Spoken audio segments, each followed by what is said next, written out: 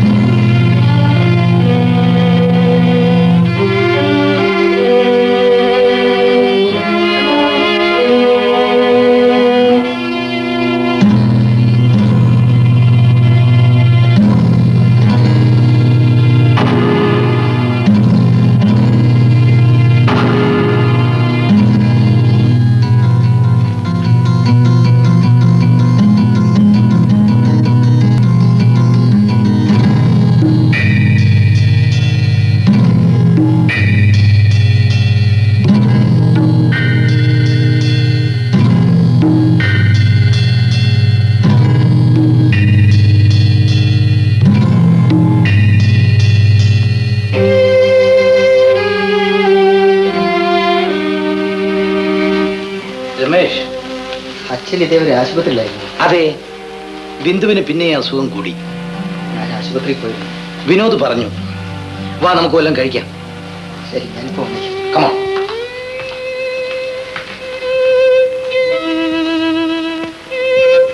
ബിന്ദുവിന്റെ കാര്യത്തിൽ ഇനി എന്താണ് ചെയ്യാച്ച? ചികിത്സിക്കുക അല്ലാതെ മറ്റെന്ത് ചെയ്യാനാണ്? ചെറുപ്പത്തിൽ അവൾക്ക് എന്തോ സംഭവിച്ചിട്ടുണ്ട്. അതെന്താണെന്ന് അറിഞ്ഞിരുന്നെങ്കിൽ എന്തെങ്കിലും ചെയ്യാമായിരുന്നു.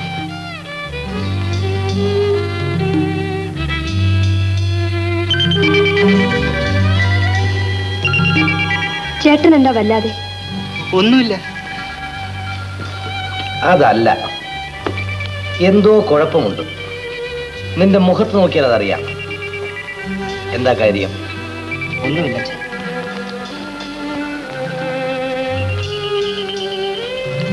അവർക്ക് സുഖമില്ലെന്ന് വെച്ചാൽ നീ ആശുപത്രി തന്നെ കെട്ടിക്കിടക്കുന്ന എന്തിനാ? അവരെ നോക്കാനാണ് ഡാക്ടർമാരും നഴ്സുമാരും ഒക്കെ ഇല്ലയോ? നീ ഒന്നും മിണ്ടാതിരിക്കുക എന്റെ ശാരദാമ്മേ. നിങ്ങൾക്കെന്താ പെറ്റ വയറ് സമ്മതിക്കാത്തത് കൊണ്ട് പറഞ്ഞു പോയതാ. വേറെ വല്ല ആമ്പിള്ളാർ വരുന്നെങ്കിൽ ഈ പ്രാന്തി ഇങ്ങനെ നോക്കുമോ? എന്നെ ആരാണ് വീട്ടിലെങ്ങാനും വിട്ടേനെ? അമ്മ കൊള്ളാം, നല്ല ആളാണ്. സുഖമില്ലെന്ന് കരുതി ആരെങ്കിലും ഭാര്യ ഉപേക്ഷിക്കുമോ? അയ്യോ, ഇത് അങ്ങനത്തെ സൂക്കേട് വല്ലതാണോ? പ്രാന്തല്ലയോ? എനിക്ക് തോന്നുന്നില്ല ഈ പെണ്ണിന്റെ സൂക്കേട് സുഖമാകുമെന്ന്. ഭ്രാന്തിന് ചികിത്സക്കിലായിരുന്നോ നിന്റെ തൊഴില്? അവളെ പറ്റി പറയുന്നതിന് നിങ്ങളെന്താണ് ദേഷ്യപ്പെടുന്നത്? അവളിവിടെ വലിഞ്ഞു കയറി വന്നവളല്ല, വിനോദ് കല്യാണം കഴിച്ചുകൊണ്ട് വന്നാണ്. ആർക്കും വേണ്ടാത്ത ഒരു ഭ്രാന്തിയെ അവന്റെ തലയെ കെട്ടിവെച്ചെന്ന് പറ. അവർക്ക് കല്യാണത്തിന് മുമ്പേ ഭ്രാന്ത് ഉണ്ടായിരുന്നാ എനിക്ക് തോന്നുന്നത്. നിനക്ക് അതുപോലെ പലതും തോന്നും. അതെല്ലാം ശരിയായിരിക്കണമെന്നുണ്ടോ? ബിന്ദുവിനെ കുറിച്ച് കുറെ കൂടി ദയോടുകൂടി നീ ചിന്തിക്കണം. നിങ്ങൾ തന്നെ അങ്ങ് ചിന്തിച്ചാ മതി. ആ ഭ്രാന്തി കാരണം അവന്റെ ജീവനം പാഴായി പോകുമെന്നാണ് ഞാൻ പറഞ്ഞത്. ഭാര്യയ്ക്ക് സുഖമില്ലെങ്കിൽ ഭർത്താവ് അടിച്ചിറക്കണം. അത് ഭാര്യയ്ക്കും ആകാം. എനിക്ക് സുഖമില്ല, നീ എന്നെ അടിച്ചിറക്ക്. അങ്കിൾ, ബിന്ദുവിന് വേണ്ടി നിങ്ങൾ വഴക്കുണ്ടാക്കരുത്. അമ്മേ, ബിന്ദുവിന്റെ അമ്മ അപ്പുറത്തുണ്ട്. അതിനെനിക്കെന്താ? എല്ലാരും കേൾക്കാൻ വേണ്ടി തന്നെയാ ഞാൻ പറയുന്നത്. ആർക്കും എന്തും പറയാം. ഒരാൾ പറയുന്നത് മറ്റുള്ളവർക്ക് വേദന ഉണ്ടാകാതിരുന്നാൽ നന്ന്. ഞാനൊന്നും പറയുന്നില്ല. അവൻ എവിടെങ്കിലും പോയി തൂങ്ങിച്ചാവുമ്പോഴേ നിങ്ങൾ പഠിക്കും.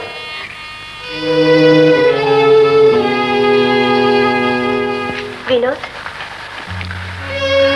അമ്മ എന്ത് പറയുന്നു? മക്കളോട് സ്നേഹമുള്ള എല്ലാ അമ്മമാരും പറയുന്നത് തന്നെ. ബിന്ദുവിന് സുഖമാകുമോ രാജി? പിന്നെ ഇത് പഴയ കാലമല്ലല്ലോ. നല്ല മരുന്നുകളൊക്കെ ഇല്ലേ? അച്ഛന് ബിന്ദുവിന്റെ കാര്യത്തിൽ പ്രത്യേക ശ്രദ്ധയുണ്ട്. ബിന്ദുവിന്റെ അസുഖം മരുന്നുകൊണ്ട് മാത്രം ഭേദമാകുമോ? അച്ഛനൊരു വലിയ സൈക്കാട്രിസ്റ്റ് അല്ലേ, വേണ്ടതൊക്കെ ചെയ്യും. ഒരു പക്ഷേ ഒരു അത്ഭുതം പോലെ ബിന്ദുവിന് നാളെ സുഖമായെന്ന് വരാം. വിനോദ് അവളെ ഓർത്ത് വിഷമിക്കരുത്, ധൈര്യമായിരിക്കും. ഹലോ ബിന്ദു, നീ എന്റെ പേഷ്യന്റ് അല്ലേ? ഇന്ന് പേടി തോന്നിയോ? ഇല്ലെങ്കിൽ വെരി ഗുഡ്. ഇനി ഒരിക്കലും നിനക്ക് പേടി തോന്നുകയില്ല. മിടുക്കി. ബിന്ദുവിന്റെ അസുഖം ഭേദമായി. അതിന് അങ്കിളിനോട് എത്ര നന്ദി പറഞ്ഞാലും മതിയാകില്ല. ഇതെന്റെ കടമയല്ലേ. ഇനി അവളുടെ മനസ്സിന് ഷോക്ക് തട്ടാതെ സൂക്ഷിക്കണം. 2-3 ദിവസത്തേക്ക് നിങ്ങൾ രണ്ടുപേരും വെളിയിൽ എവിടെയെങ്കിലും പോയി വരുന്നത് നന്നായിരിക്കും. ഒരു മാറ്റം എനിക്കും ആവശ്യമാണ്. ഇന്ന് തന്നെ പുറപ്പെടാം. Very good.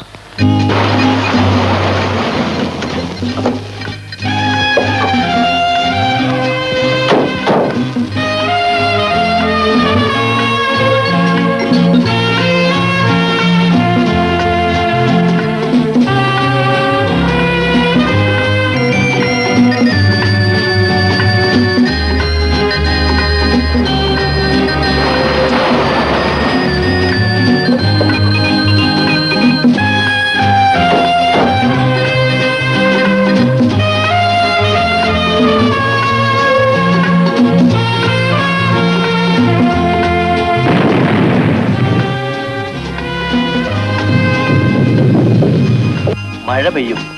മഴ പെയ്താൽ നമുക്ക് നനയാം.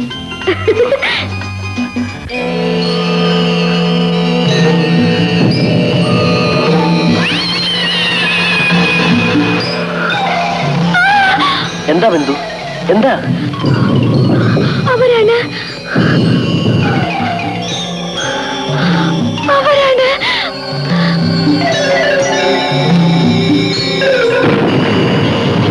അവരാണ് അവർ. ബിന്ദു, ബിന്ദു, ബിന്ദു, അവരാണ് അവരാണ് അവരാണ് ബിന്ദു, ബിന്ദു, ബിന്ദു.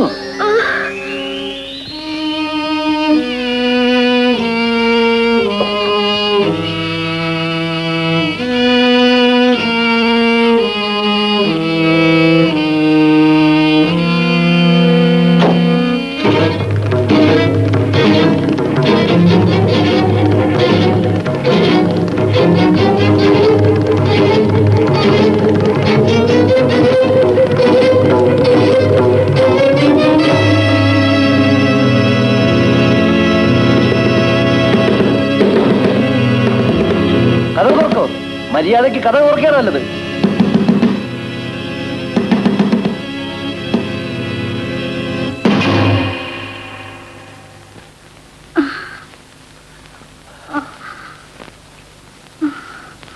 നിങ്ങൾ എന്തിനാണ് എന്നെ കണ്ടപ്പോൾ ഓടിയത്?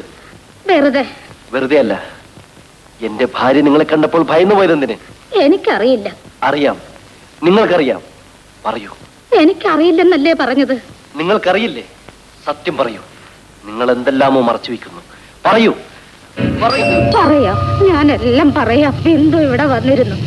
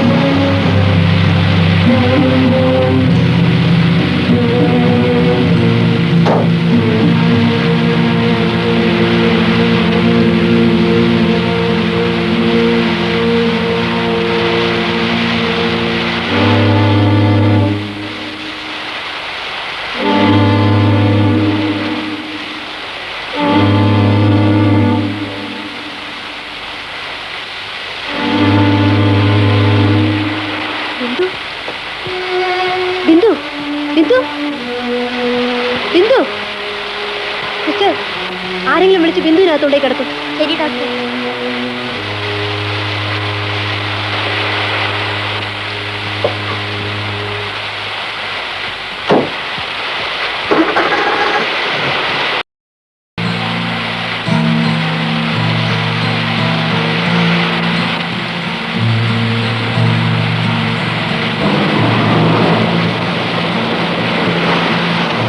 വിനോദ്, വിനോദിന് എന്ത് പറ്റി? കയറൂ. കയറാനല്ലേ പറഞ്ഞത്?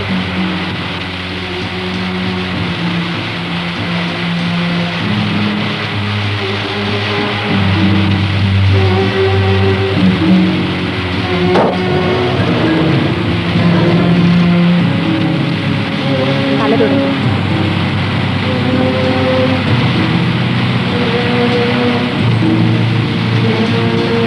എന്താ സംഭവിച്ചത്? പറയൂ. ബിന്ദുവിന് പിന്നെയും അസുഖമുണ്ടായത് എങ്ങനെയാണ്? ഒന്നും മിണ്ടാതിരിക്കുമോ?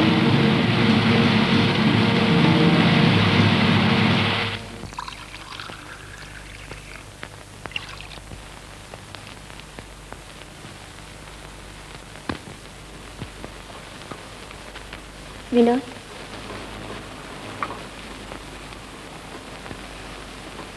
കുടിക്കൂ.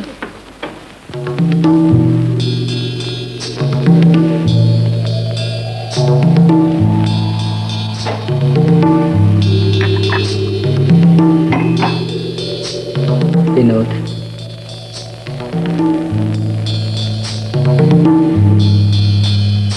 വിനോദിന് എന്ത് പറ്റി? എന്തോ ബിന്ദുവിന് വീണ്ടും അസുഖം തുടങ്ങി.